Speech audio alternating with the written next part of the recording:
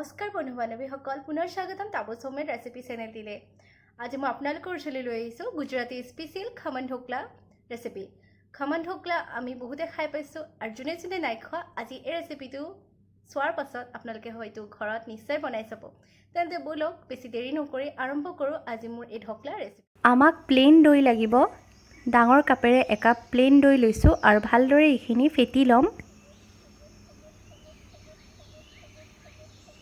এতিয়া ডাঙৰ কাপেৰে একাপ বেসন দিছোঁ আৰু বেসনখিনি দিও ভালদৰে এইখিনি ফেটি ল'ব লাগিব।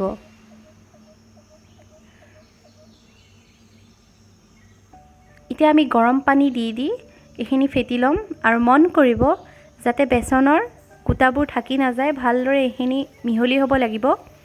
অলপ অলপকৈ পানী দি যাব আৰু এইখিনি ভালদৰে ফেটি যাব। এইখিনি ভালদৰে ফেটা হোৱাৰ পাছত আমি 6 পৰা 7 ঘণ্টালৈ এইখিনি সেট হ'বলৈ থৈ দিম যাতে এটা টেঙেচি সোৱাদ আহে।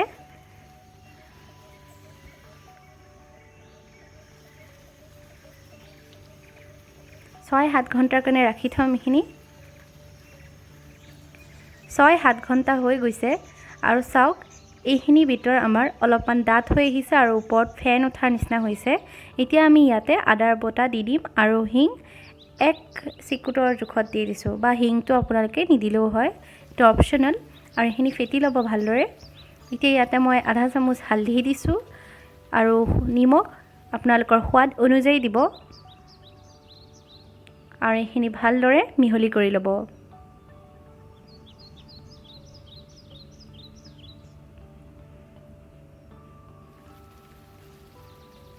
এতিয়া আমি ইয়াতে বেকিং পাউডাৰ দিছোঁ, 1 চামুচৰ জোখত বেকিং পাউডাৰ দিছোঁ আৰু এতিয়া মই ইয়াতে তেল দি দিছোঁ। ডাঙৰ চামুচেৰে 4 চামুচ। আপোনালোকে যিকোনো তেল ব্যৱহাৰ কৰিব পাৰে, ৰিফাইন তেলো ব্যৱহাৰ কৰিব পাৰে। মই ইয়াতে মিঠাতেল ব্যৱহাৰ কৰিছোঁ আৰু ইয়াতে মই এতিয়া নেমুৰ ৰস দি দিম। নেমুৰ ৰস মই 1 টেবুল চামুচৰ জোখত দিছোঁ আৰু এইখিনি ভালদৰে ফেটি ল'ব যাতে বেসনৰ গোটা থাকি নাযায়। এনেও নাই বাৰু, তথাপিও ভালদৰে ফেটি ল'ব। এতিয়া আমি কেকৰ টিন পাত্ৰ এটা লৈ লৈছোঁ আৰু তেলেৰে গ্ৰীজ কৰি লৈছিলোঁ আৰু বেটাৰখিনিও ইয়াতে দি দিলোঁ। কেৰাহীটোত অলপমান পানী দি ষ্টেণ্ডডাল দি এইখিনি এতিয়া 10-15 মিনিটৰ কাৰণে ভাপত সিজিব দিম।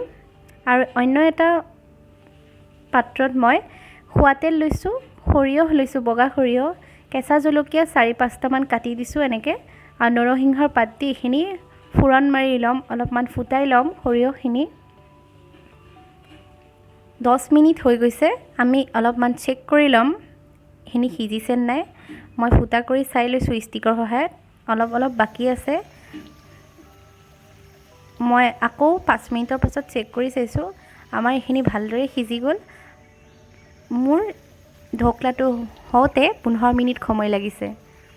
যিহেতু ভাপত অতি সোনকালে সিজি যায় ঢোকলা, আপোনালোকে টাইমাৰ ছেট কৰি ল'ব আৰু চাই থাকিব, মন কৰি থাকিব, নহ'লে এইটো পুৰি যাব, বেছি সময় এই ঢোকলাটো নিসিজাব।